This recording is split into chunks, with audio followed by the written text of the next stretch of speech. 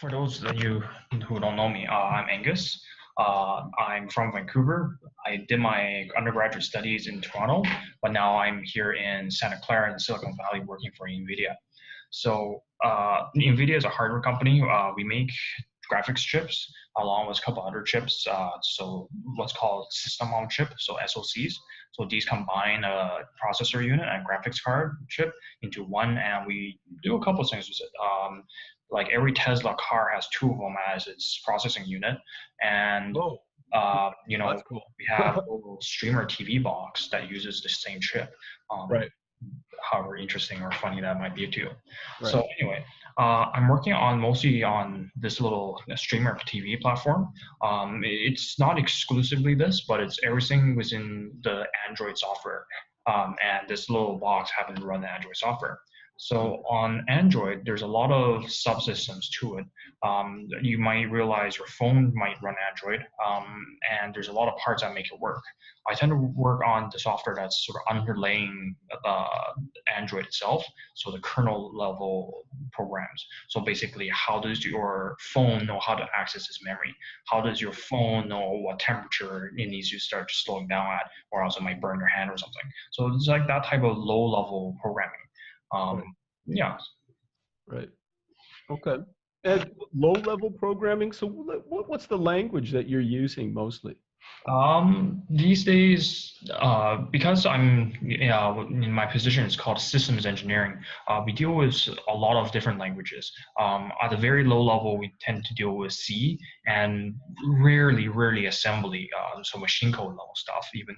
On the higher level, we deal with Python, we deal with Java for scripting, for writing apps. So basically, we take it from the app level all the way down to the machine code level to try and figure out where issues are and where we can improve on the system.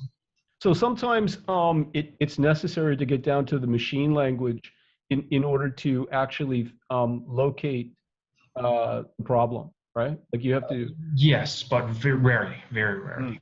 Oh, okay. That's Yeah. good.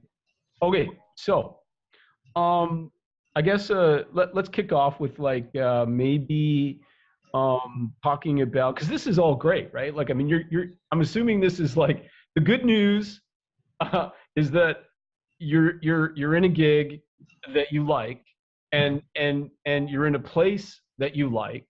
So, I mean, this is the good. I mean, but let's go back.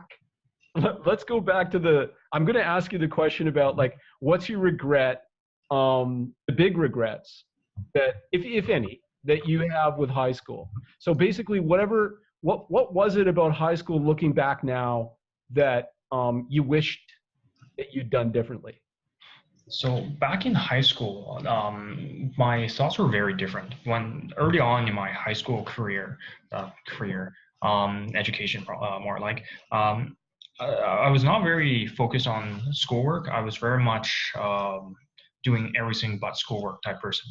So sort of around grade 11, grade 12, I came around and started really like diving into improving my GPA and grades and start going for university applications. So it occurred to me sort of halfway through high school, my high school education, that the more interesting people that I want to interact with tend to be university educated and educated at very high-end universities, which is really quite true. I look around my coworkers here, and the guy who sits beside me is Cornell PhD. There's a couple, yeah, Right. right. We have a couple of folks from Stanford, MIT, University of Chicago, Illinois, like very big name, some Ivy League, and a lot of very well-educated, like master's degree students in a handful of PhDs.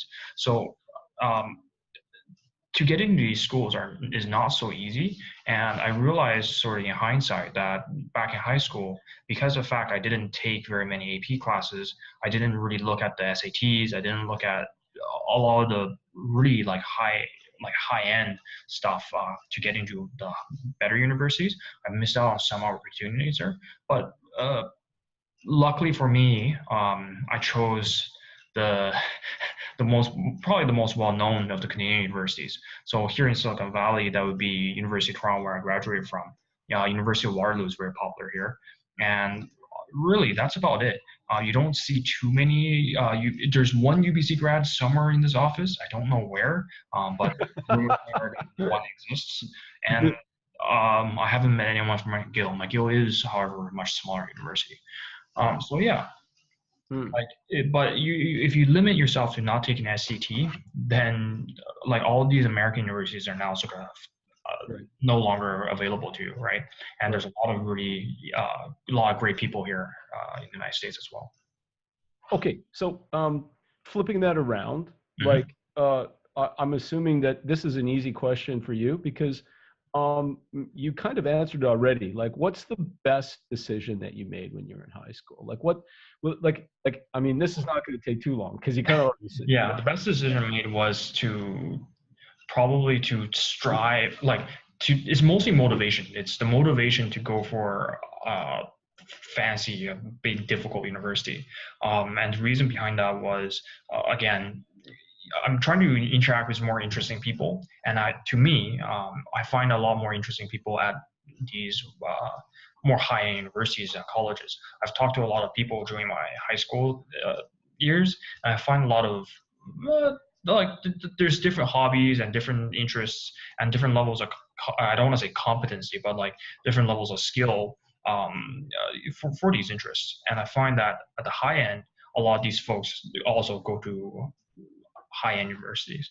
And yeah, that motivation drove a lot of my choices in the later years of high school, and that turned out to be the right choices. so so basically, then the motivation that you said, it came from this realization that the people that you were most interested in listening to, or interacting with, were just from these other places, right? So it was a Mhm. pretty it was a pretty easy calculation that, like, oh well, then I guess I should be ambitious and go to these places, basically. So Something. sort of in hindsight, like the really easy number to put out there is earnings. Like if you look at Ivy League student earnings average salary after graduation, Right. and compare that to the same for even like Canadian universities, Mm, they're miles apart. And like again, money is not the perfect measurement, but it is a reasonably well measurement of the amount of work and the amount of skill people have in doing such work.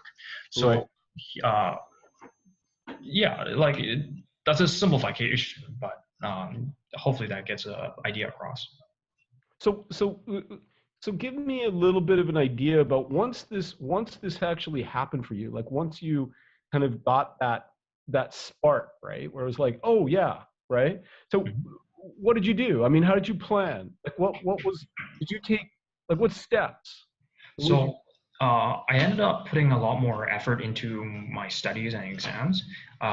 Basically, I changed my priorities around into finish your homework, do it well, Hmm, study for exams, do them well, and putting gaming and other activities sort of on the side.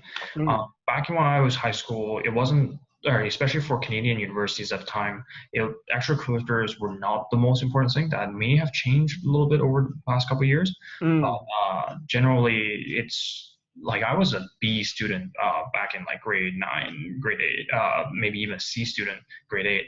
Like but I definitely pushed that quite a lot and ended up with a 92% average by the time I applied for university. So right. again, a lot of realigning priorities and figuring out what, like, taking like short-term gains and putting them aside for a little while, and then working on just things that matter long-term. So what was the specific kind of distractions that you managed to put in the background and and foreground your studies? Like what was it? What were you a big time gamer? Like what was your Yeah, distraction? that was mostly me. Okay, I have a couple of things I like to blame. Just because I can. Like, in North America, you're very much isolated. If you live in the suburbs and you don't have cars, it's really hard to get around. So there's not a whole lot to do like outside your house. So what ended up happening is I gamed a lot as in like a very very large amount. it's preferable not to mention the numbers. Um, and basically, at one point, I was spending actually more time gaming per week than I spent at school. So that was pretty crazy.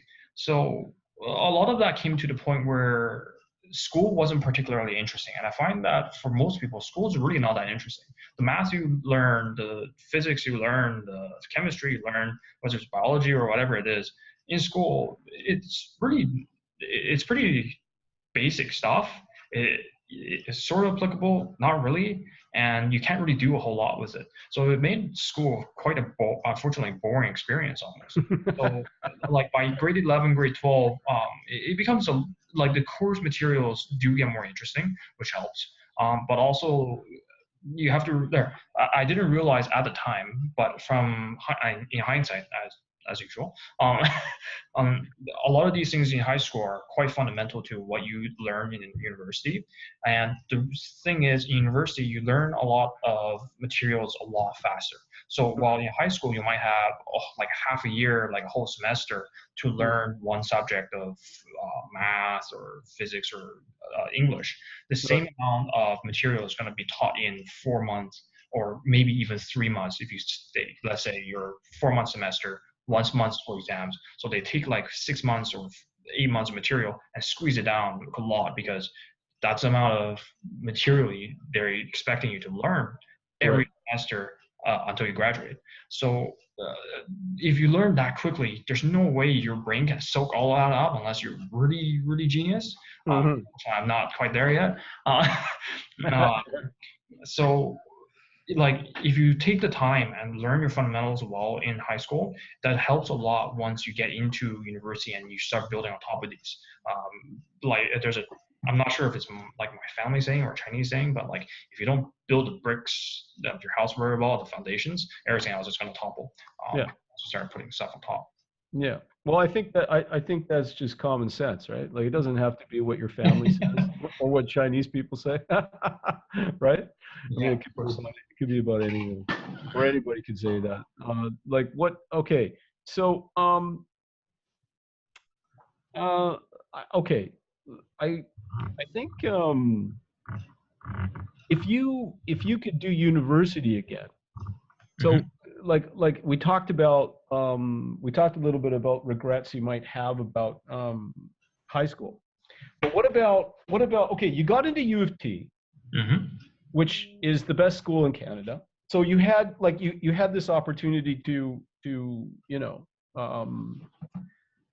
get one of the best educations, if not the best education in Canada, right? And what do you regret about doing or not doing? So, some of these things I regret is like, for example, did you drink enough beer? Like, yeah, most definitely. I had you had enough beer. Okay. Well, unfortunately, you can't really start drinking until 19, Canada, right? Those provinces at least, unless you go to Alberta or Quebec. But anyway, university, part of it is unfortunately I don't have a whole lot of choice over, but I still do regret them. So the first thing I did when I got to even before I got to university was I chose computer engineering over computer science. Now it's a subtle difference that makes it's a subtle difference in degree that has a lot of differences in what you're taught. Computer science is very much proofs and math and how algorithms work. How do you solve not so much realistic problems, but how abstract problems. So for example, in that case is you have a lot of computers. You have millions of computers. What do we call them when you hook them all together? It's called the internet. And how do you get packet A to packet B from Singapore to Toronto? Like that huge distance, there's so many computers in between. Like these are theoretical problems because there's a lot of layers and a lot of mass and probability that comes together to get that packet from Toronto to Singapore and back without being corrupted and so on. Right. That's a computer science problem. In this case, like Dijkstra is going to help you a lot, famous computer scientist. Right. On the computer engineering side, we're more concerned about the lower levels of things. So the example is That was on the news recently. What is it? Spectre, the computer chip bug. That's a Hmm. computer engineering problem. That's not so much, oh, someone screwed up their algorithm of how to solve a problem. It's we very much made a little chip, and there was oversight in some of the like the clockwork inside where it started leaking Hmm. information if you hit it a certain way. So Right. this would cause all sorts of cryptography and security problems. So anyway, Right. these problems are more like computer engineering problems where we work with a lot of hardware. We work with lower level software. So for example, like how do we interface with like a computer chip from an operating system level. So a lot of these lower level stuff, the computer scientists don't care very much. So anyway, back to university. What this meant was computer science does a lot of math and very high level problems. They take almost like society level problems where how do we connect people and turn that into software like Facebook. Right. On the computer engineering side, we're concerned with the other end, where how do we turn Facebook into electrons that compute? How do we get this piece of silicon to compute what we want that Facebook tells us to compute? So Right. it's like there's that layer of abstraction that's it's not very clearly defined because I'm a software engineer myself. Supposedly software engineers come from computer science, but you know, Right. there's a pretty big overlap. But anyway, from the education side of things, what that means is from the computer engineering group, especially Canadian computer engineers, are very much required to take a large amount of courses in the sciences, so like physics and low level like math and a lot of like how do I design the physical chip on a computer, right? Right. And the computer science folks do a lot of like software stuff that we also do, and on top of that, they do a lot of more humanities. So they would have, oh, these are society problems, these are ethics problems, these are design problems, these are very high level abstract problems. So the difference between these is that if you have a, in my opinion at least, if you have a better view of society as a whole and more humanities, that helps you, like that's, I don't want to say that's the real education, but that gives you a lot more ideas to work with. That gives you a lot more purpose to do things on. That's my personal opinion there, obviously. But the idea is that if you can take these society problems and innovate upon those using technology, then you work at a upside higher level than a computer engineer, right? And you make more money Can you make more money? because Yes and no. yeah, because I'm Totally assuming. yes and no. Okay. Because you can do computer science and you can make apps that will change the world, and then Right. only like 5,000 people use it, and you like barely scrape by. Right. Um, at the computer engineer level, almost all of us are like employed in the industry, making a reasonable amount of money, depending on where you are, more or less. Right. Um, but the chances of a computer engineer like really looking at like a high level problem and saying, okay, this is what, like again, YouTube, for example, like, Yeah. oh, we want to develop YouTube to share videos. This is not so much of an engineering problem. Our problem in our minds is how can we get video compressed so we don't jam up the internet, right? Right. So like they're different. Like they're not like day and night you should choose computer science or computer engineering, but Right. more you should look into the broader view of you should take some humanities, you should take some like ethics, you should take some philosophy and or history or political science or whatever the hell you want. And then once you have a wide breadth, then narrow down to what you really want to study. Because for me, when I chose computer engineering, our first 2 years of study were almost exclusively technical courses. So like the university planned out our courses very rigorously from all the way from first year to second year, like all of the courses, and they're all very much fundamental and technical courses. So what ends up happening is once you end up in the third and fourth year, you're still very much, all right, we're gonna make a very strong technical background, but it's definitely very employable. But the chances are, or not so much the chances, it's like their interest in being more like fluffy like subjects and those ideas. There's not as much focus on those. So I mean, I think the drive for technology should come from the social sciences and the natural sciences rather Mm. than from bottom up going, all right, just because we can make electrons do things for us, we're going to make them happen. Uh, like Right. again, philosophy, like philosophical opinion rather than hard facts, right? No, but I mean, like, yeah, but I get your point. What you're saying, I think, if I could summarize the like in my own way of interpreting it, Mhm. it's like, um, okay, I mean, if you want to be a nuts and bolts guy and build, chips, that's great, right? But Mhm. but that's not necessarily using the full capacity of that kind of STEM training to solve maybe a societal problem way that's inventive and interesting and become a millionaire in the process, right? Like basically Mhm. the difference is like are you able to think at a higher level and higher order thinking, right? And Right. be able to marry Distill that down like to. marry though, marry the conceptual sort of high level thinking with Mhm. something that's grounded in the technical problems that it presents, and Mhm. to be able to figure that out, Yeah, right? So exactly. Yeah. it's sort of like um, maybe a little bit of left brain and right brain. You know what I mean? Like Yeah. it's like you got to have a little bit of both, right? Yeah. So it's like what's more abstract and what's more realistic and workable, right? So Yeah. you take an abstract problem and like you can very much get a career and very good future just by doing one thing really well, whether it's abstract or it's fundamental or like realistic and the Mhm. hard science.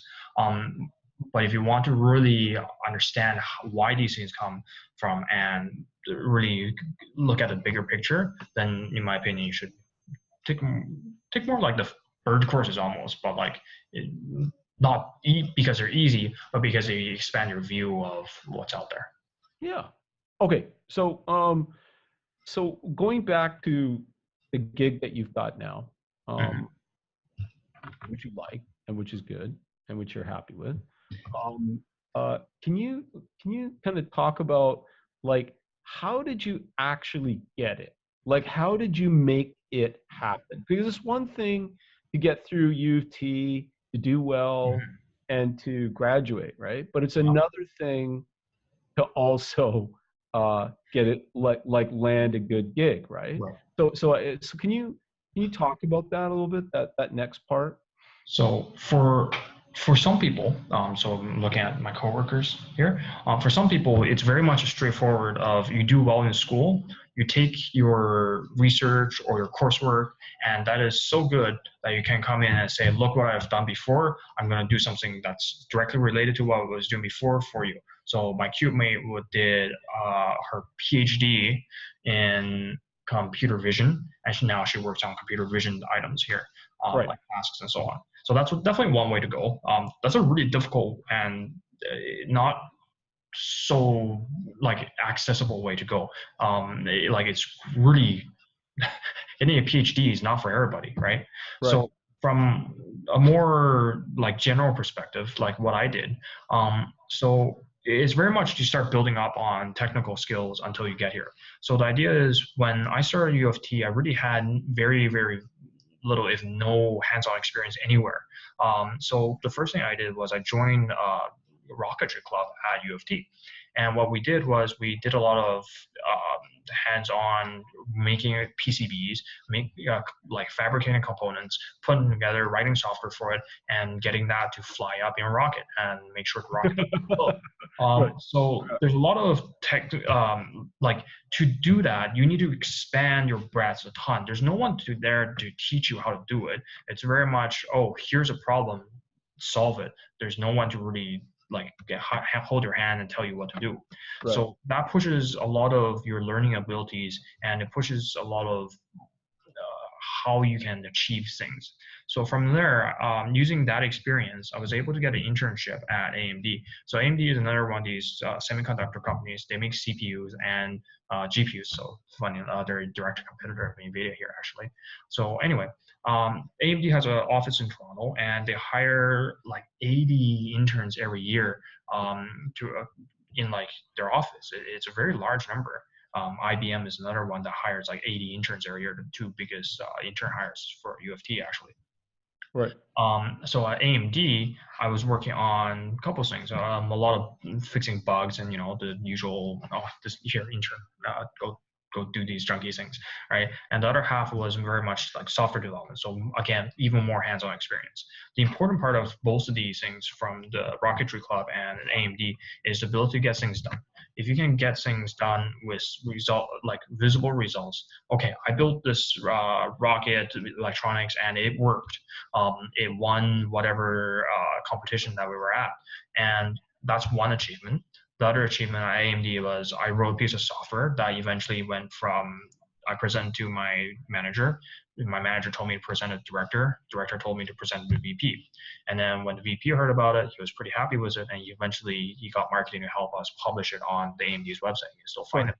So the idea is that if you take all your achievements and like realistic, impactful achievements and put them on your resume, that really helps to build your case that you can achieve and you can do things. Right. So there's two ideas here. One is your ability to learn. One's your ability to get things done. Right. And like there's a lot of stories out there. Oh, this person has a 4.0 GPA. Really good folks.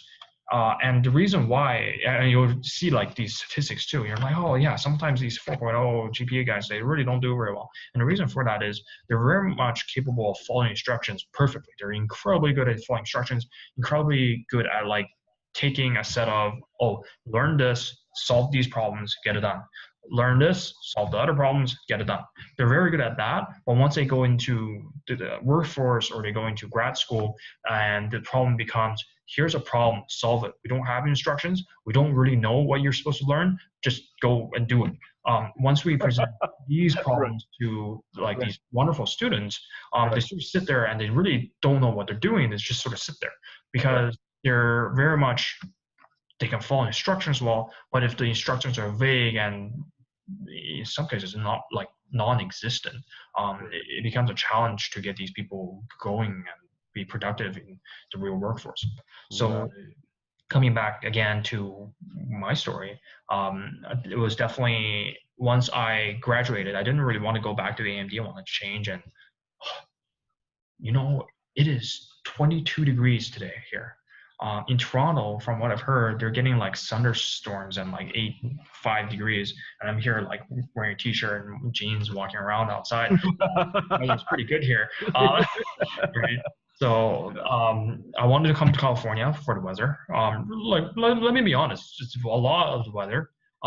It's somewhat paycheck. I'm paid double in Silicon Valley here compared to Canada, and that's why I recommend a lot of people who are money motivated to come to the United States, just because everything here pays more, and as long as you're not in California, you pay less taxes.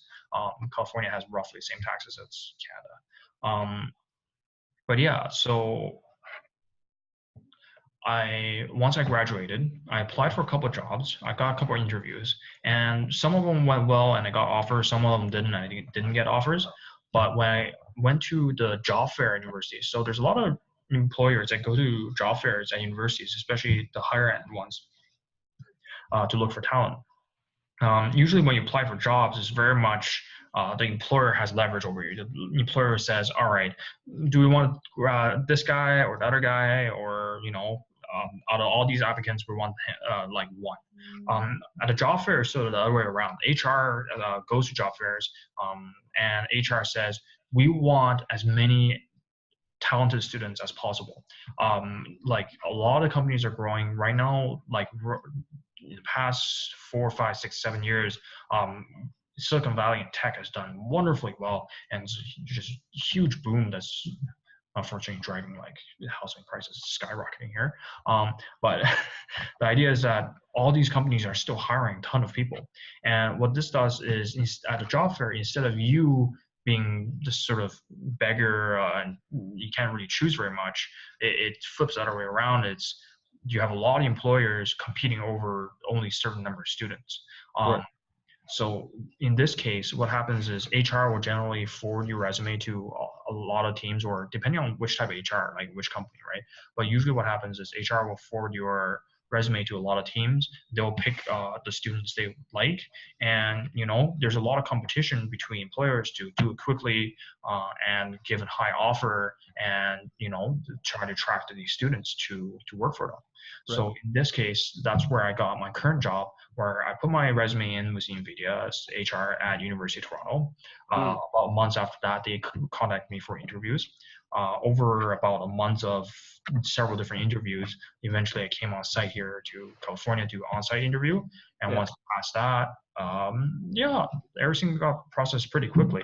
But yeah, like if you get the moment you get sort of the first job offer, you can use that as leverage for your other job offers, and you can say, oh, can you speed things up? Can you give me a higher offer? Can you do a lot of these, like make your decisions faster and so on, because there's competition for you, right?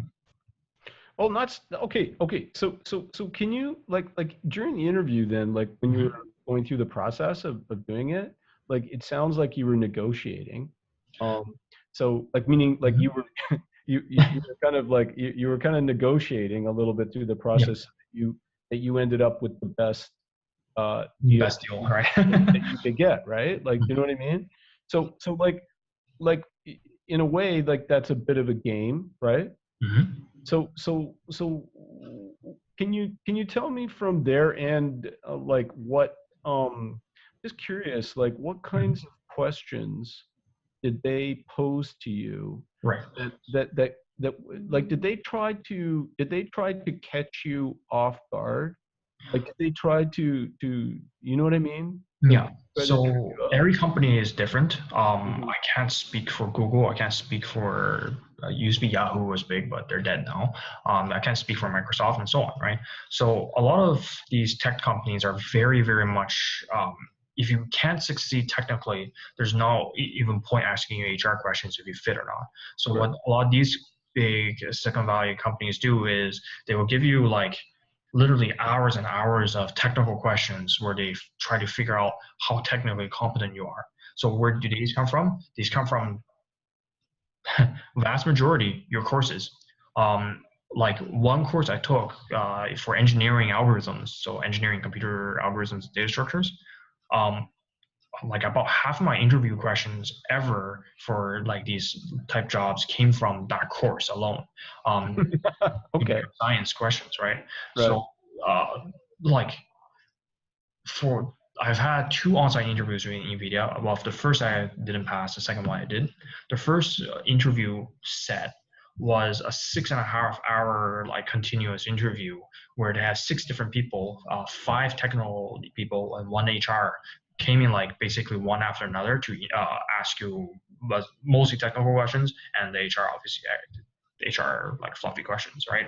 And one of those technical people tends to be your manager. So out of all those people, what ends up happening is it's a very exhausting process, and it really like a lot of it comes down to, did you do your courses well? Like once you're in university, your courses, you have to be careful. There are some that matter, and there are some that matter not so much. I barely passed Psychology 100. Has anyone ever asked me a question about Psychology 100? No. Right? I did pretty well on, fairly obviously, on algorithms and data structures. And from what I found, everyone has asked me questions from that course. Mm. So like the other part of your question was negotiation. So if you don't have any idea of what to negotiate, there's not much negotiation going on. Is they give you an offer and you don't really have any much choice, right? But once you do have idea of what you're capable of, you have a lot more leverage. You have a lot more idea of what you're capable of doing and what your compensation should be. So, for example, I got an offer from AMD and Huawei in Toronto. Huawei offered about 80,000 Canadian dollars a year, and AMD offered about 75,000 Canadian dollars a year. So basically, based off these two offers, I was saying, okay, I can tell AMD to either raise your offer, or I'm just simply going to go to another company. And there's not a whole lot they can do about it. If they think they can get the value out of you, oh, they'll pay you for the extra the bargaining part. But if you tell them, oh, my demand is 200K instead of 80. It's not going to go very far because that's not what the market pays. That's not what the company usually pays. And honestly, the company there is a fair amount of applicants out there. They might end up with someone not as perfect or as optimal, but they'll get the work done, and they can afford to pay someone $75,000 a year for it, right? Right. So there's a lot of you got to be like it's definitely experiencing. It's not something like I'm not super well versed in it because I've only done it like basically once. My internship was very much, oh, I applied for it, I got in, this looks like a decent position, I'll accept it. And that's really like for most internships, there is no real negotiation room. There's very little, I Right. think. Right. But for full-time positions, do your research, look at what the average salaries are, look at sort of like how people are dressed, right? Look at how people are dressed, how much they can afford, and you're like, you get a like sort of idea of what the financial of the company is, and you say, okay, to achieve this level of lifestyle that's on par, this is what I need. Based on my experience, this is how much I need to adjust my salary and say, okay, so this is what I would like, and you know, you can sort of push around a little bit. So yeah, like unfortunately, I'm not super experienced with this, so I'm sure there is better people to ask. No, I think that was good. I mean, it's like, I think that in the end, right, like it's just good for people to hear this about like, um, it's not just about doing well in university in terms of like your grades, right? It's also about like thinking strategically while you're in school about your internships, Mhm. and then thinking about like how you can use that experience that you had in university with your internships, and how you can use that experience to help you land the job that you're going to land Mhm. after school, Yeah. and the kinds of things that you can face. Like, I mean, 6 hours. I mean, I think that a lot of kids right now would be surprised by the fact that there was 2 interview sessions, one of which you failed, and I don't really understand how you could fail it. If you fail it, I mean, how do they? Why do they It's just invite no you offer, right? Like it's very like it's sort of there's different types of failing interview. You can be like, oh yeah, the interviewer sort of looked at you and said, yeah, we're done here. That's like a horrible, like terrible fail, right? back? Right, But like no offer is basically for all intents and purposes you've failed the interview because someone did better, right? right, Like it's not sometimes it's not under your control that oh there's someone better or someone worse than you, right. but in other cases, um, uh, there's so much. There's like the first set of interview was 6.5 hours for one position. I did not get that, so I sort of count that like that as a failed, right? And the other side was my current position, of which there was a 4.5 hour interview, 4 technical questions. One of which was the manager, and there was a HR came around and saying, "Oh, hey, it's you again." Yeah. Okay. Um, which didn't yeah, she didn't ask me very much. It's like, yeah, I remember your response from last time. I wrote it down here. So yeah. Okay.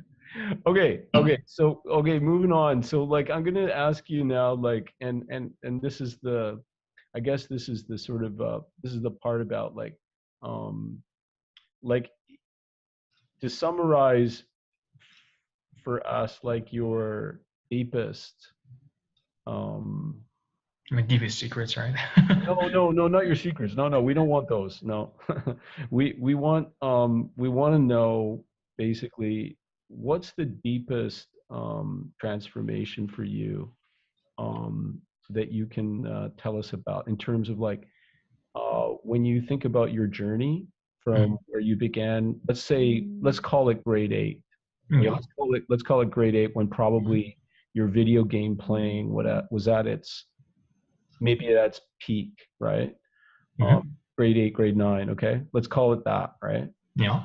And let's talk about. I just want to hear from you, going from that place where you were in suburbia, you were in your Hmm. basement, you were looking at your video screen, and you were playing your video games, and you were in your little bubble, and then here you are now, Hmm. really much bigger bubble. And I just want you to talk a little bit about what's the deepest learning experience for you as a human being through that process. Like, what's the Yeah, there's two ways to describe it. One is a very much role model way, the very sort of almost stereotypical. Oh, if you find a role model, you can follow and do follow his footsteps. You will do wonderfully because that's exactly how he did it, and you can do the exact same thing, and you'll probably get there. That's a oversimplification. For me, um, the more the better way to say is um, those who are around you tend to affect you most. mm, Uh, when you look at people around you, and if they're all people who are, I don't want to say homeless, but like, fairly, like, I'm sorry for like offending if anyone's actually low class. Um, right? Like most people describe themselves as middle class, so I hope this is not very many people, right? But like um, if the people that surround you are not making very much money, their life expectations of, oh, I'll work in this factory until I retire and take the government pension of not very much and just live off halfway for the rest of my life. That's going to affect you. That's going to be like, okay, maybe that's how my life should be because that's how life for everyone else around me is. When you move that and you start looking around, when you start realizing, hold on, um, I'm walking through all these under these skyscrapers in New York City. How come these people are living such a richer life? Like almost, they're like, yeah, at the time, imagination very much like a TV series, like high-end lifestyle type of life. Just like, how did these people get here? Right? It's like if your life is surrounded by these type of people, your own expectations is a lot higher. If you're surrounded by people who are going to college, planning to become bankers, engineers, lawyers, doctors, then there's a lot of pressure on you from your social group to succeed. And sort of this is one of the reasons why private schools do so well is because a lot of these schools end up having a lot of people who have these aspirations, whether it's financially driven or socially driven. So, for example, like there's diplomats out there. I met at U of T. I met one guy who was a son of a major Chinese diplomat. Like, you don't tend to meet these people if you go to like Kwantlen or Vancouver Community College type, like lower like colleges, right? You tend to right. find them at Ivy schools. You tend to find them at like very highly ranked, very highly international schools where you can interact with these people. So once you start change, like this is sort of my personal experience. When I was gaming, I was very much uh, like I didn't have a whole lot of interest in school, so very much a lot of my self interest is like, oh, I can get better at video games. I can get really, really good at video games. So I'm gonna do that. I'm gonna get really good at video games. So what ends up happening, you start interacting with a lot of the really like fancy, like very good players, and you start realizing, wait a minute, like a lot of the people who are very good at video games tend to be good at real life too. Like you look around, you're like, hold on, there, this is again, this is hindsight. This is not at the time. So I have a friend at U of T. He's now a professional gambler in his spare time. Like he works in Seattle for Microsoft, I think. And on weekends, what does he do? He flies to Vegas. He flies to Los Angeles to participate in poker tournaments, like for tens, hundreds of thousands of dollars. And you're sitting here, and you're like, oh, yeah, that makes sense. These are pretty smart people. These are really smart people. He was one of our top in our class. And, he Right. takes his brain and he does two things with it. He does really good work at Microsoft, probably. And, he also has a fun life of professionally gambling. Right? We've also had a student at U of T who dropped out of second year studies to play professional StarCraft in United States summer. Like he joined a professional esports team, and like, okay, you start realizing that like there's only like what 10, 15 people per team.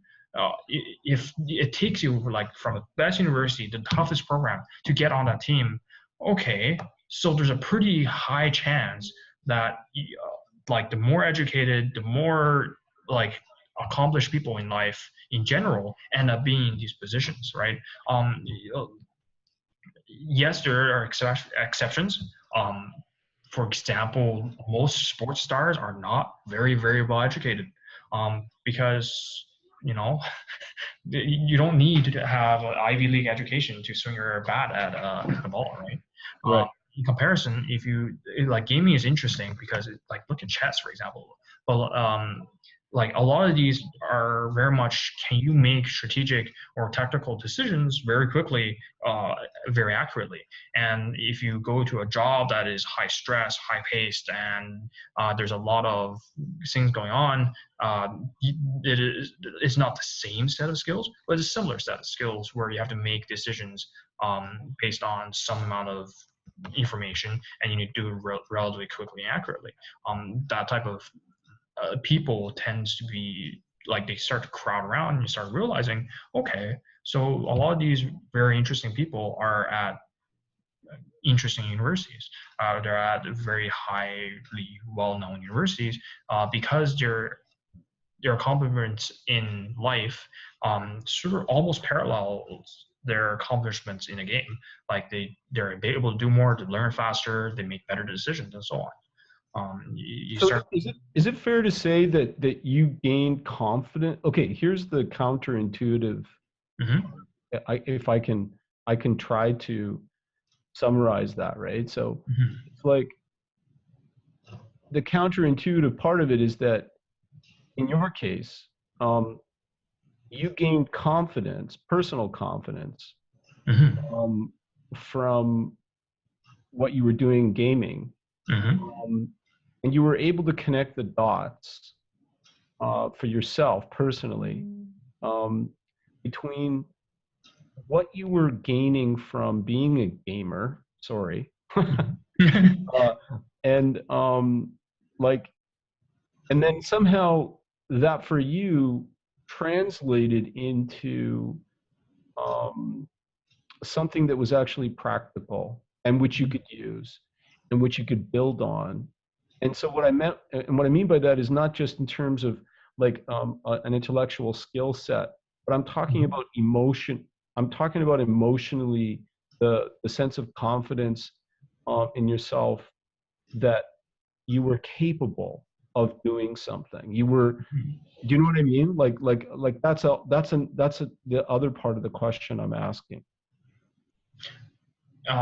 Yeah, I think I agree that that's sort of what happened. It's very much I use the realization that um, generally that because I can do more in video game uh, and go further than a lot of other folks, I use that idea to apply to my education where I'm like, hold on, if I can do better than everyone else, then maybe I should put in an effort and get something better out of it.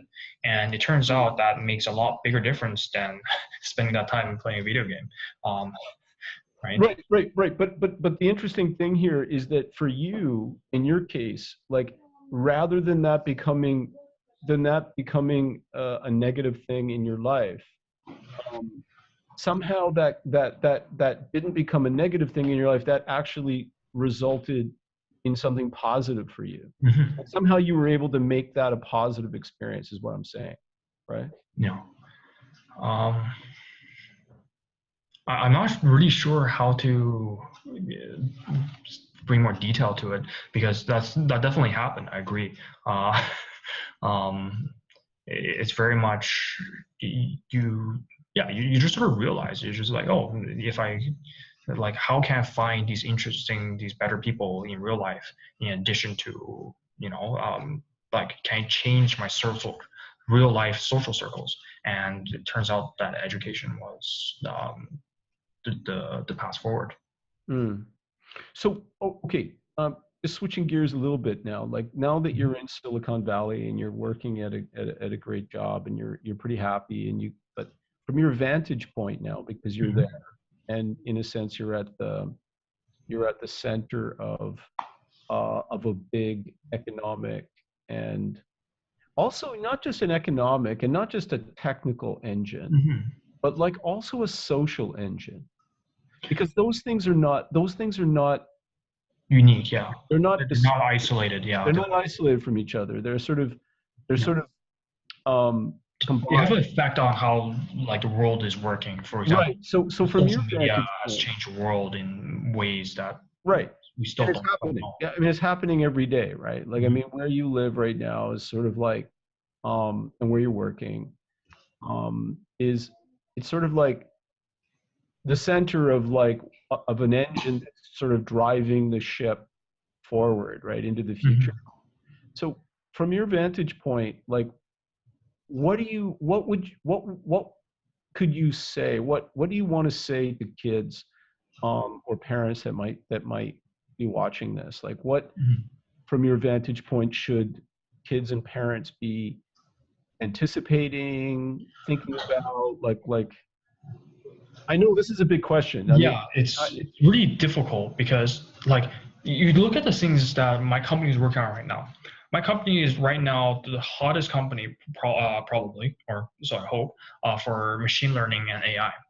Machine learning and AI was not an interesting subject until about 2 to 3 years ago. Until 2 to 3 years ago, AI was one of those moonshot things that no one believed that could be done within our lifetime.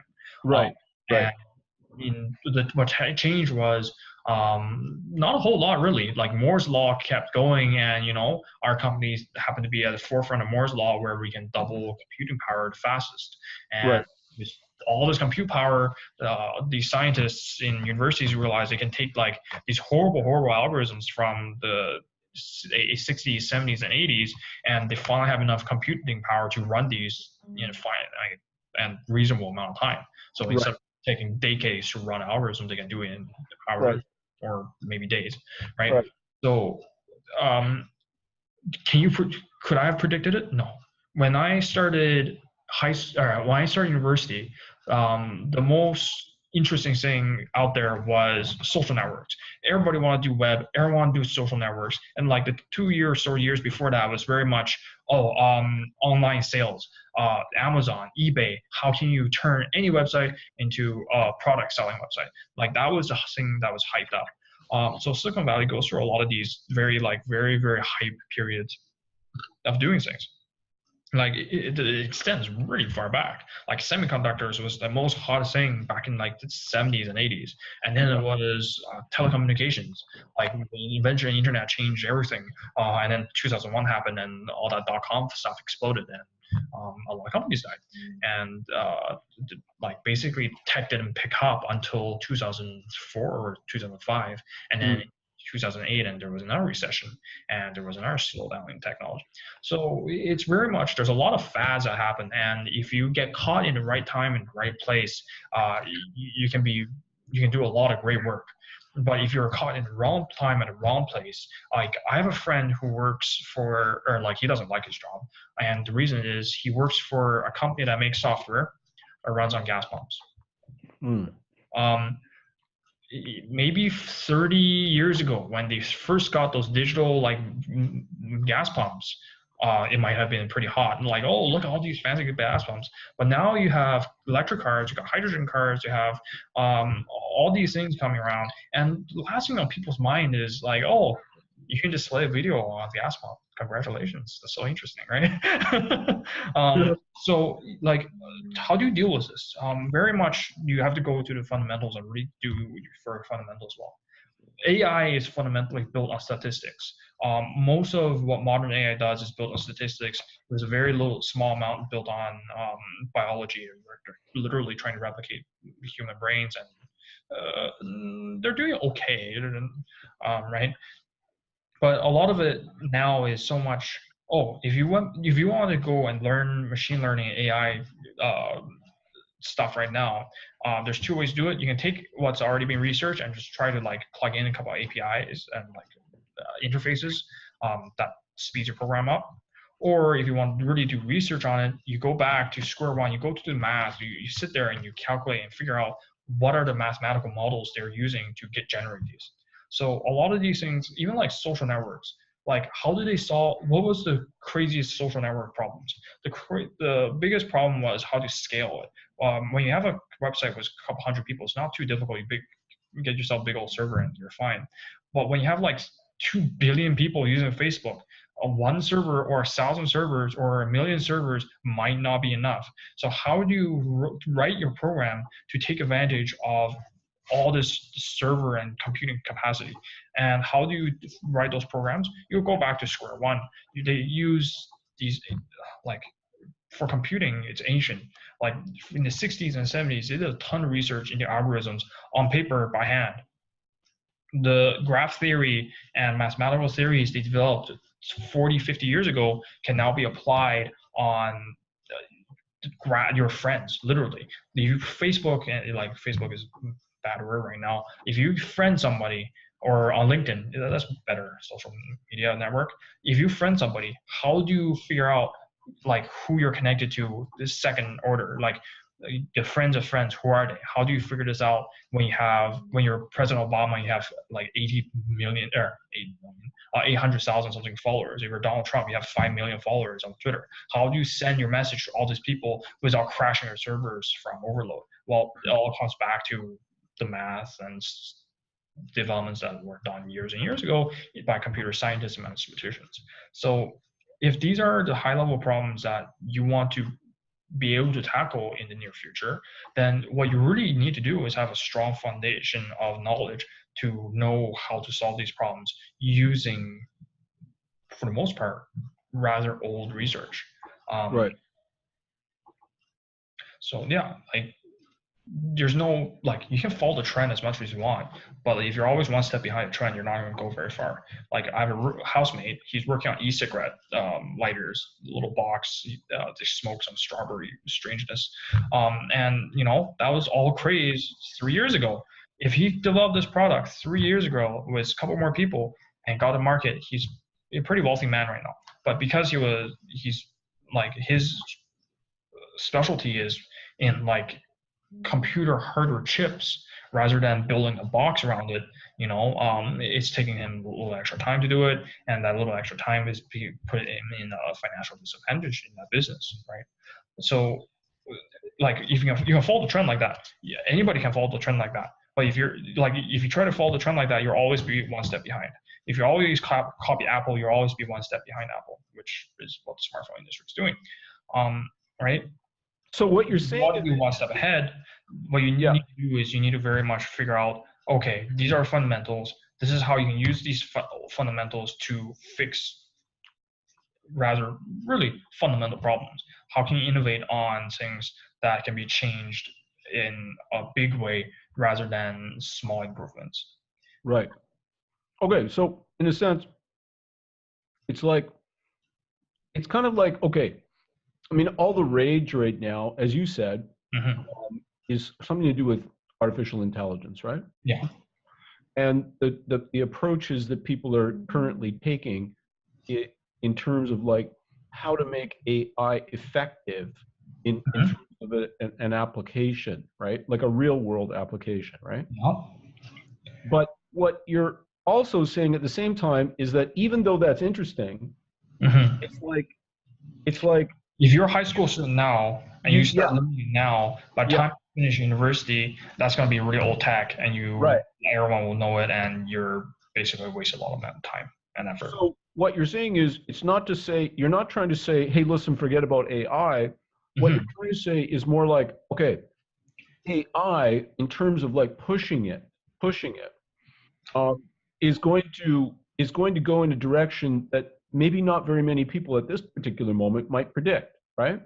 So you need to think about, like, inventively how you might want to do the work that you want to do after, right? Like, in a sense, or even stuff like leveraging what's already been done.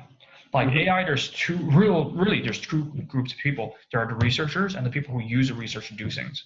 Right. If you want to do the research, that's totally fine. You do your bachelor's, you do your master's, you do your PhD in the research, and you publish a bunch of papers, and maybe you'll end up publishing papers for your life and become a professor.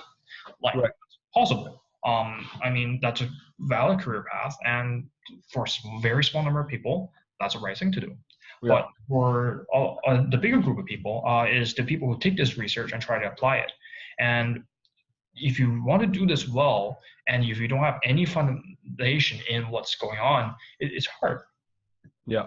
if you don't know, like if you like sort of like building a house, right? If you don't know how houses work, if you don't know what a bathroom does, it's really hard for you to come, oh, hey, house building is a hype right now. Let me learn how to build a house. I don't really know what these bedrooms or bathrooms do, but I'm gonna design one anyway and hope for the best. Like it doesn't like you can learn it, you can use it, but you're not gonna be able to do it as well as the people who have a background in or even like a superficial background in the field, right? Right. So the idea is that in college, no college will ever change your curriculum fast enough to keep up with Right. Valley's developments.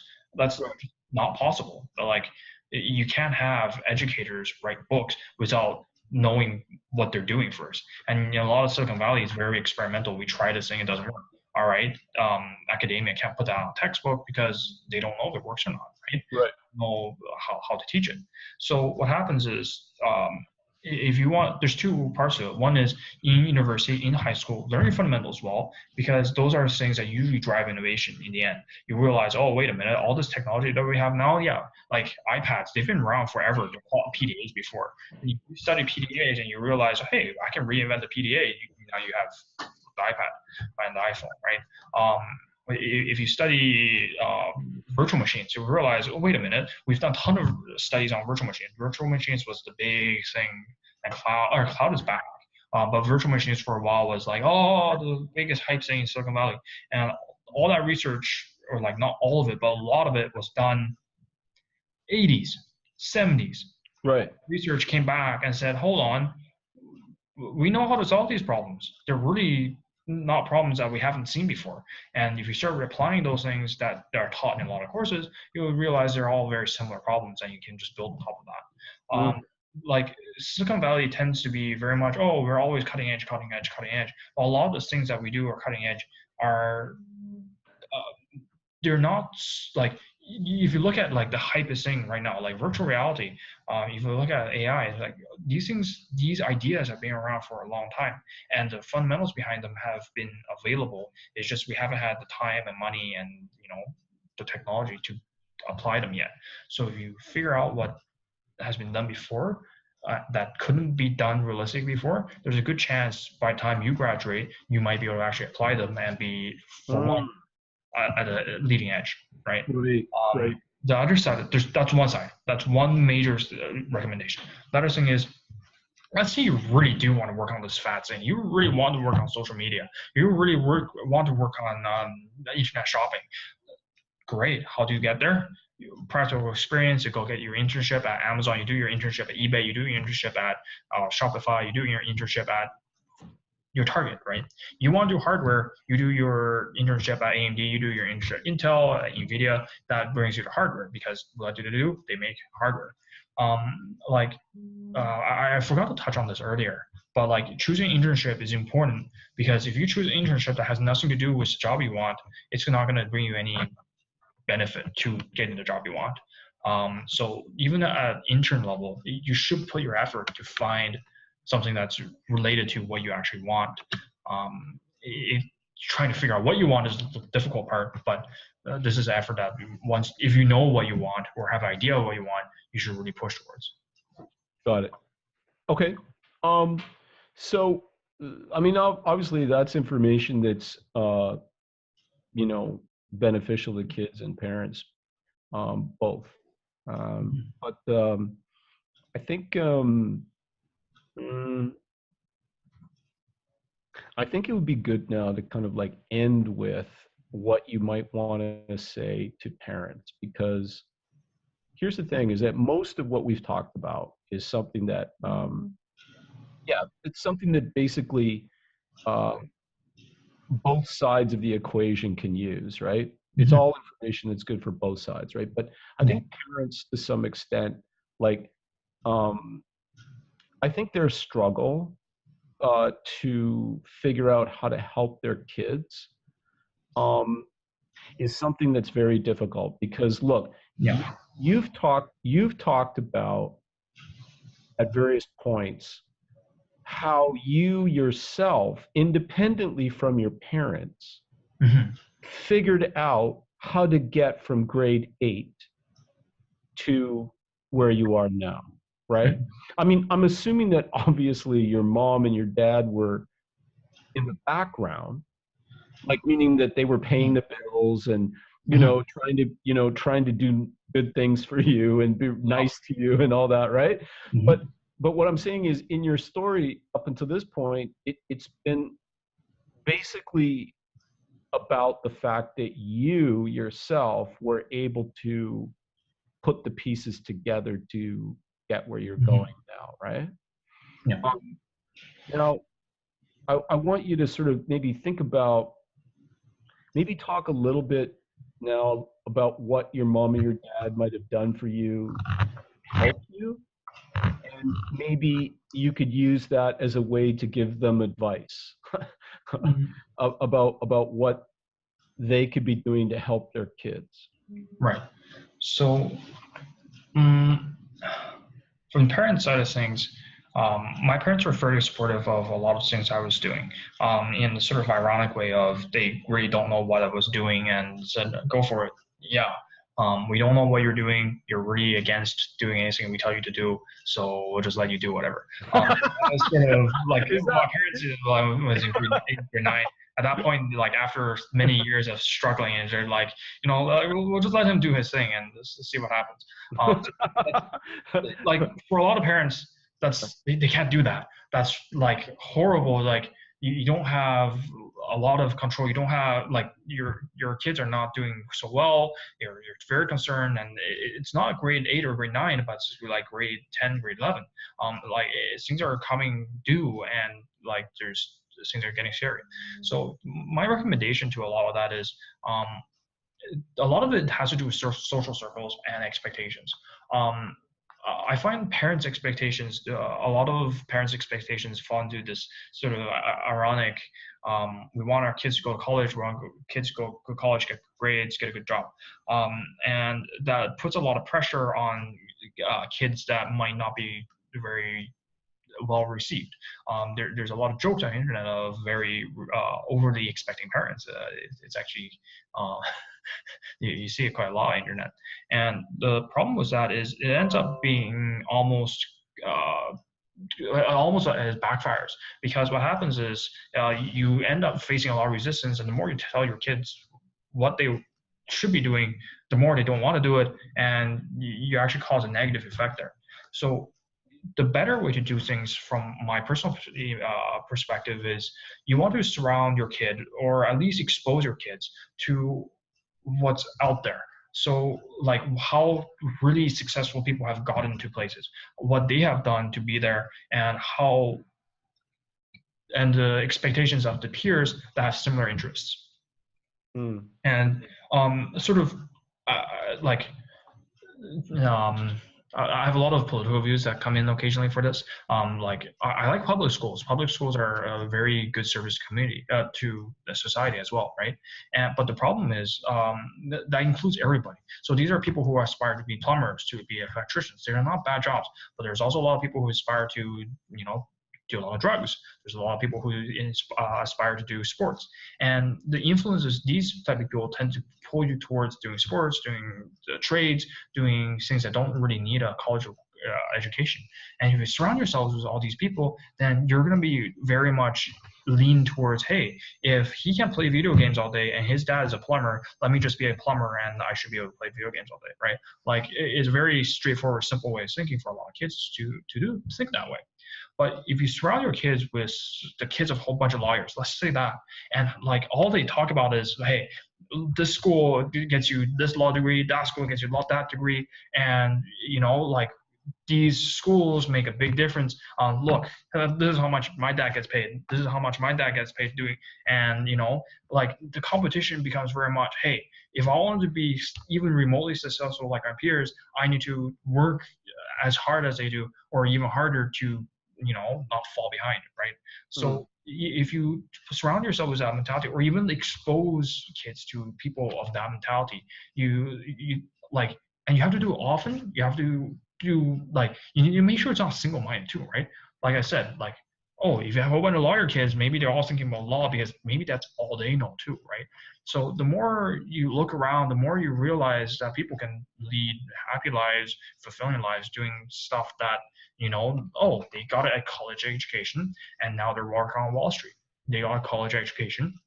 Now they're working in health sciences, in finance, in all these upper level educated, like the jobs that need an education. You realize that, okay, so my peers are all college educated, my peers are all like well-established people working in well-established jobs. Now you realize, okay, I need to do at least this much, or I need to do more than this much to get to the same level as my peers. So if you expose, like, don't let people, kids especially, just sit there at home and just do homework or get video game and do the boring stuff. Like social interactions, especially with peers, are very important, no matter what time in life, really. And if you can surround your kids with other kids that have high aspirations or have highly educated parents and so on, it's an indirect influence of their behavior and their interests, because it's changing who they're friends with, or very slowly, or like it's a gradual thing. You can't do it overnight. You're like, we're moving across country. That's maybe not the greatest thing, all right? But a lot of it comes down to having peers that you can relate to, and the way to do that is, again, expose to more interesting people, look for more interested people, and talk to people who can be role models. Right. Okay, so like basically you're saying that rather than be confrontational, um maybe focus on the The inspirations. the small subtle things Hmm. when you have an opportunity. um yeah, like find ways to perhaps get them out of the basement and Hmm. out into the world, and even if it's just like to a museum, or if it's like to a conference, maybe if there are some people that are coming in from out of town who are putting on a big conference when it comes to gaming or AI or virtual reality, then if the kids vaguely interested Also, in stuff, then take them to that. But like what you're saying is avoid the outright confrontation. hmm Don't scream, don't yell, don't throw things, but instead just think, absolutely. just try to think um, practically about the little things that you might be able to do to help them be surrounded by things that might inspire them a little bit, to get them to think a little bit. Um, and I'm assuming then that that must be something that your parents did. I mean, I'm assuming that that's how it happened with you. I That's mean, what happened, and not so much like I find my group of interesting people on the internet.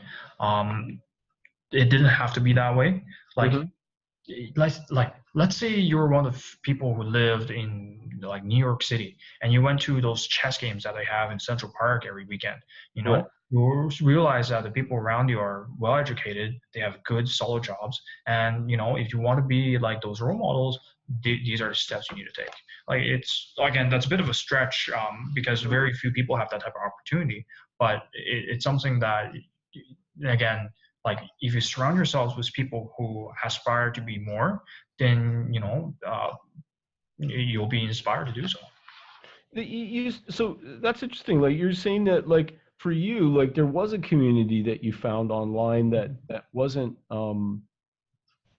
negative, that was actually a positive thing. Yeah. So this happened to, for in my case, it was a competitive gaming environment. It turns out uh, a lot of the a lot of the more mature competitive gamers tend to come from high-end universities. Right. The group that I was with, we had people from NYU, we had people from UBC, SFU, and compared to the groups that weren't so good, there was one guy from one of our competitors who wasn't very competitive. Their family is a train conducting family. They're not college educated. They're just sort of, they get a technician job and they go along with it, right? Um, Right. you look around, you're like, oh, what do people do at the competitive, mature side of things? Well, this guy's a banker in New York City. He does really well, and seems to have no like his wallet has no end to it. He must be doing whatever he's doing it right? So you sit there and you're like, how can it be like that rather than a guy who sits in his mom's basement gaming all day? Like, there's two different types of accomplishment, But right? hey, but still, it's so interesting to. I know what you're saying, but like, but it's funny. Like when you disparage the guy in the basement playing video games, but like, I understand why you do it, but at the same time, it's funny that like that guy, that's also an opportunity to, I guess, to Yeah. learn something, and also it doesn't necessarily have to be a trap that a person falls Mhm. into and a black hole that sucks them in and and basically destroys everything about them. Like I guess what I'm Like getting at is that. there's a difference, right? It really, like, if you're sitting there and you're playing like video games that don't take a lot of thinking, that are fairly easy to play or are very much I don't want to say cooperative instead of competitive, but the idea is that if you try to look for things that are more and more interesting, that are more and more difficult, eventually you'll find yourself in a group of people who are very well educated. If you sit Right. there and you play nothing but Single shooter, like those games that you just simply go ba ba ba ba ba ba yeah, ba. like what are like Yeah, who are the people you're gonna meet playing those things? You're yeah, gonna meet the people who are really tired from work and want to go home and just relax. You're gonna meet the people who are like adrenaline junkies. You're gonna yeah. meet people who are basically like your normal average run of the mill people. Right. But if you start sitting there, you start playing like these really fancy flight simulators. You realize like half of them are people who are actually pilots, and they have nothing better to do in life than fly pilots in virtual space, in addition to being pilots in real life, right? Like Right. there's one game, City Skylines. I still play it a little bit, and you realize that like half the people on there are been playing this game, and they're like, hey, it's pretty interesting building these highways and like kick these people out of their little NIMBY homes.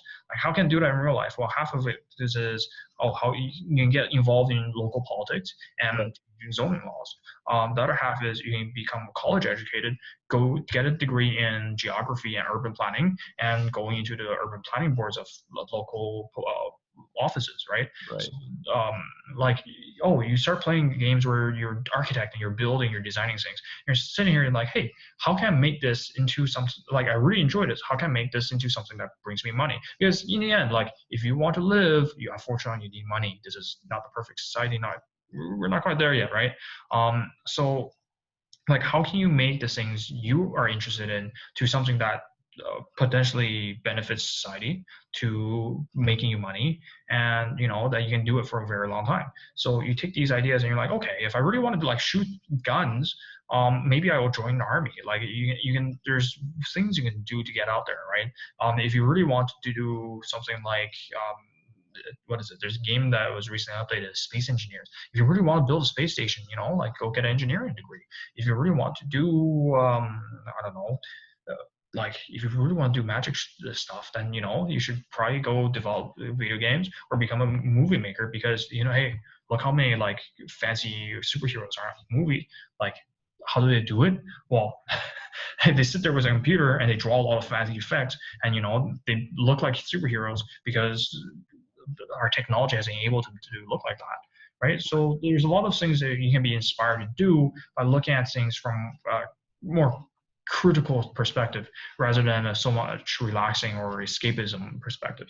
Like, yeah, that's basically it, right? Like, if you really like video games, like, there's nothing wrong with developing video games for a living. There's a lot of people who do that. I have friends working at Ubisoft, and like, they're enjoying their jobs. It's reasonably well paid, and guess what they get to do? They get to beta test games right?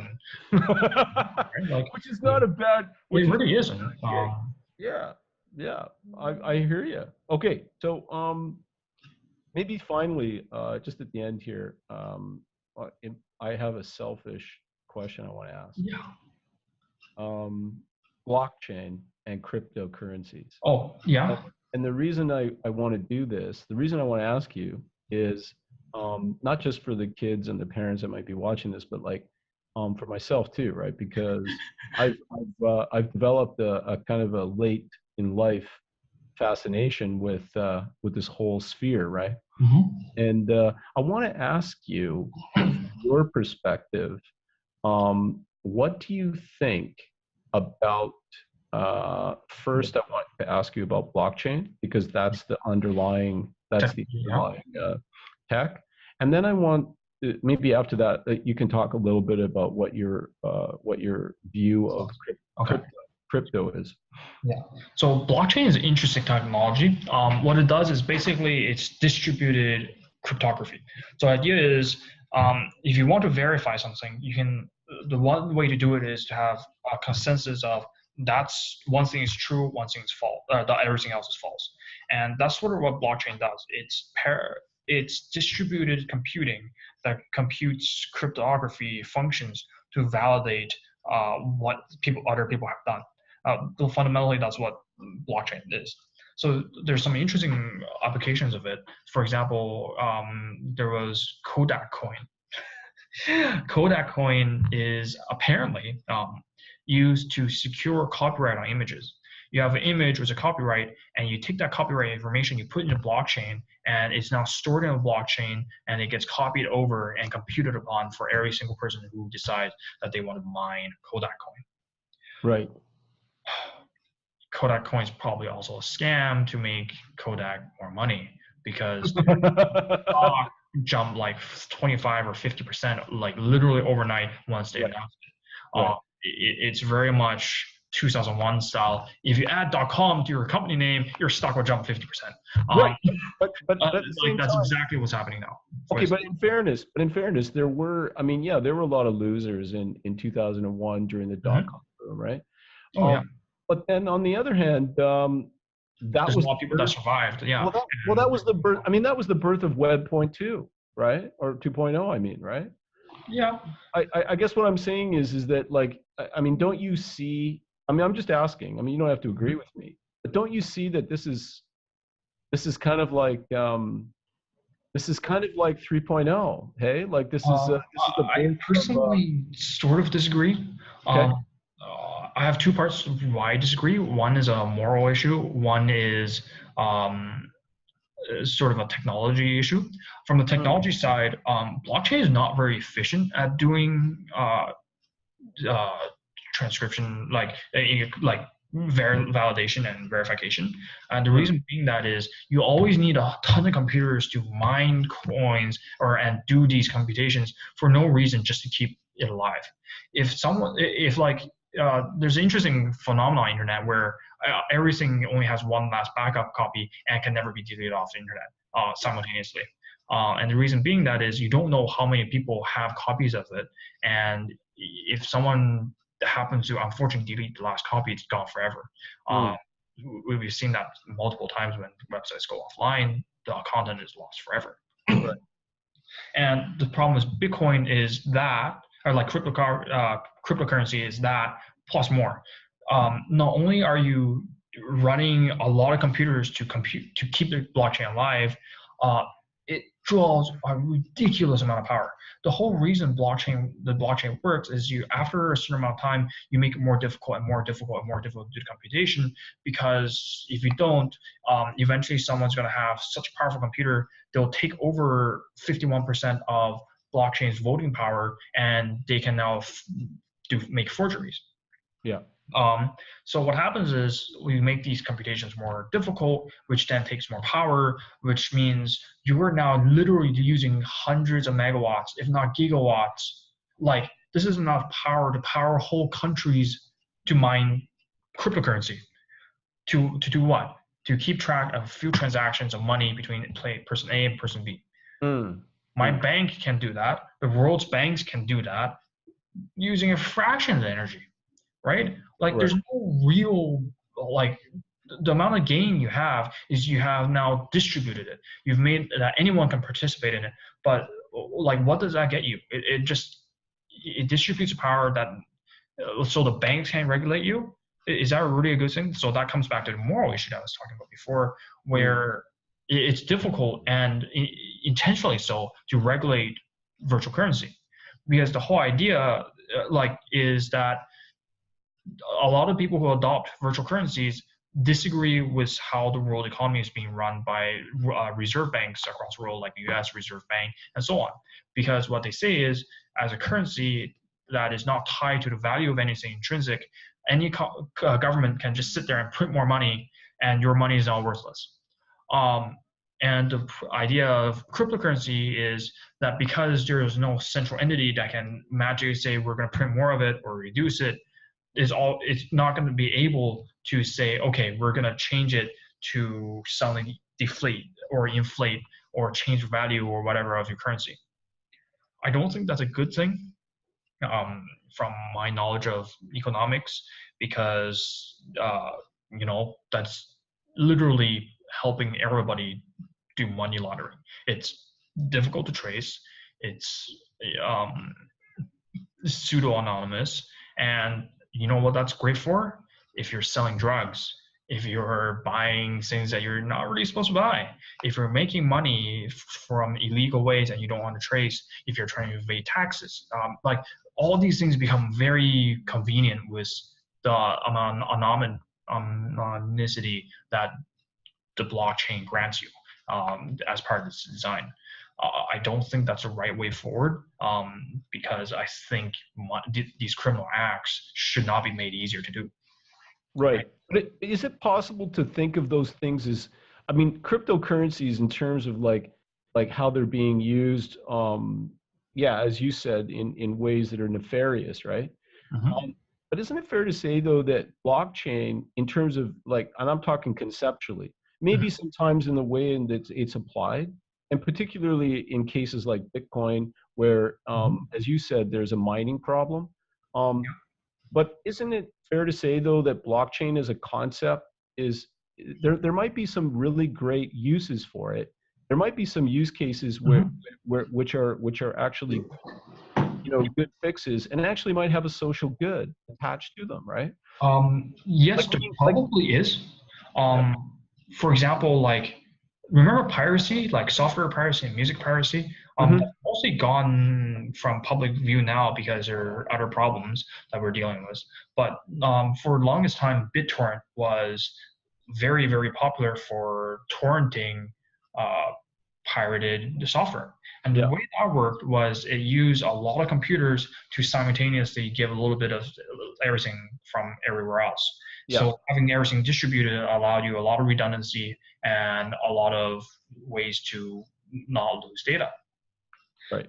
It turns out the torrenting way of doing distributed computing can be applied to exactly distributed computing. You can get reliable information from point A to point B through multiple computers, and there are ways to get it so they're fairly reliable and fairly fast. Right. Um, that's the really that's real use case of it, and Right. for legit, quote unquote, legitimate reason they're useful, right?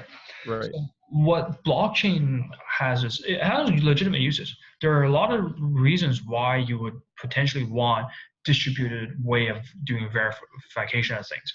For Right. example, if you have a website, who tells you the Google website server is the server that is Google, right? Like you can type Google in, and if someone has hijacked the computers between you and Google, they can potentially divert your traffic to a rogue server, and you would Right. never know it unless there was a validation on the website you're going to, right? Right. So how do you validate that? You can use blockchain to validate it. That Right. is a legitimate use case. Right. I just don't think it's worth the energy and the input of it, right? Like you can do it in cheaper and more effective ways than to use the blockchain. Right. And from my understanding right now is most things that you can do on the blockchain, you can do without the blockchain more Mm. effectively. Mm. Um, Good. like, but again, there's different reasons and different like drawbacks of different methods, right? And some people don't like the drawbacks of certain methods.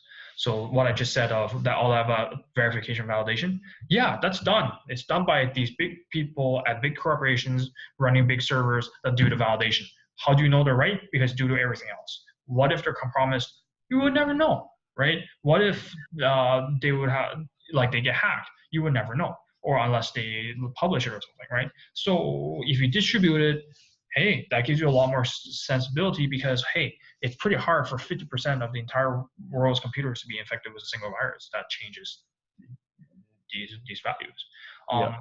But that also requires 50% of the world's computers to run this algorithm just to do validation over and over and over. Like it's a trade-off, right? And I don't think the trade-off is worth it. Got it. Okay. Okay. So finally, let's bring it to an end. I'll give you like maybe a minute to just maybe leave us with one last thing that maybe either I haven't asked or maybe that you know that you might think maybe some grade 8 student out there that's watching it, maybe his parents are forcing him to watch. I don't know. Anyway, um, yeah, just anything you want to end with. Mm, so I do want to end with something that I've been thinking for a little while now, and that's sort of where technology and what technology does. For a lot of people, technology is very much it's a very easy, it's relatively easy career to get into because there's a lot of demand. It's fairly straightforward to get into because there's a straight, easy, clear path of education to career, and it's something that most people can do provided they're okay at math and science. So it's a good combination of a lot of these things. But why are you doing this, right? So are you doing this for money? Okay, that's not so bad. But like technology is fundamentally here to solve problems. Technology is a tool to do things. Rarely is technology a real driver in all in itself. It's mostly used by humans to do something else. So outside of this, if you want to do something that there's a lot of things you can do without technology. You don't need to be in Silicon Valley to change the world. You don't need to. In fact, if you want to make people happy, you want to save people's lives, you can be an entertainer. You can be a doctor. If you want to save people from financial ruin, you can be a lawyer. If you don't like helping people, you can. There's a lot of jobs that really don't help other people. Right? I don't think day traders really help other people very much. Like, right? So, it makes yourself very wealthy, but it really doesn't help other people. If you like money, if you really, really like money, hey, there's something that makes you even more money than tech. It's called finance. The whole purpose of finance is to make money, right? So there's different jobs out there, and there's a lot of things out there that you don't need to just stare at tech and say that's what you got to do. There's a lot of social sciences. There's like again, sort of stereotypical. There's doctors. There's lawyers. Those are fairly hard to do. But things that are not so hard to do. There's entertainers. Yeah, you're gonna have problems making enough money to get by as a musician or an artist or a low budget movie maker. But these are things that we need in society to function. And these are not so much bad or unacceptable professions. These are things that like we need plumbers, we need garbage collectors, we like society needs these people, and there's a lot of these jobs are not going away for a long, long, long time. Like, right? Like, you mean there isn't a robot around the corner that's going to I mean, if you can automate every job in the world, there's going to be a couple ones you can't automate. You can't automate a politician. You can't automate a philosopher. Like these are human problems. Where did it come from? They come from a human, thinking about things, right? So like we need people in many many different parts of society, and there's nothing wrong with saying, hey, I want to be a firefighter, I want to be a policeman, I want to join the army, I want to be a politician, I want to do something that isn't there's internship for. That's okay. Like you're not there's a lot of ways to earn a living or contribute to society or not, or a lot of other things that you can do for a living. And like don't be so narrow-minded. The more you can expand your horizons, generally in my experience, the better choice you can make of what really matters to you. So meaning you don't necessarily rule out something just because it may not be Profitable. exactly what your parents might think is good, or maybe what your peers might think is good. So you're saying like have some courage and like is that fair to say? Like, are you saying have Yeah, some like courage look at to find something that you want to do. It's important because in the end, like no one lives forever, and that includes your parents. If your parents get you to do a job for 10 years and then you no longer your parents no longer determine who you're marrying, suddenly you might not have a purpose to be doing what you're doing, and you might not enjoy it very much because you're not getting the gratification of your parents telling me, "Yay, that's like you're doing a good job at it," right? So if don't do things just because your parents want them, and for parents, don't make your kids do things just because that's a straightforward path to a good career. There are a lot of people who do have interesting ideas they want to do, and there may be one reason or another they're not currently pursuing it, or they're unable to do it. And if you don't explore those, you might never know, right? right, And in the end, uh, yeah, money is not a bad driver of what to do, but there are other reasons why you should be doing something, career-wise, education-wise.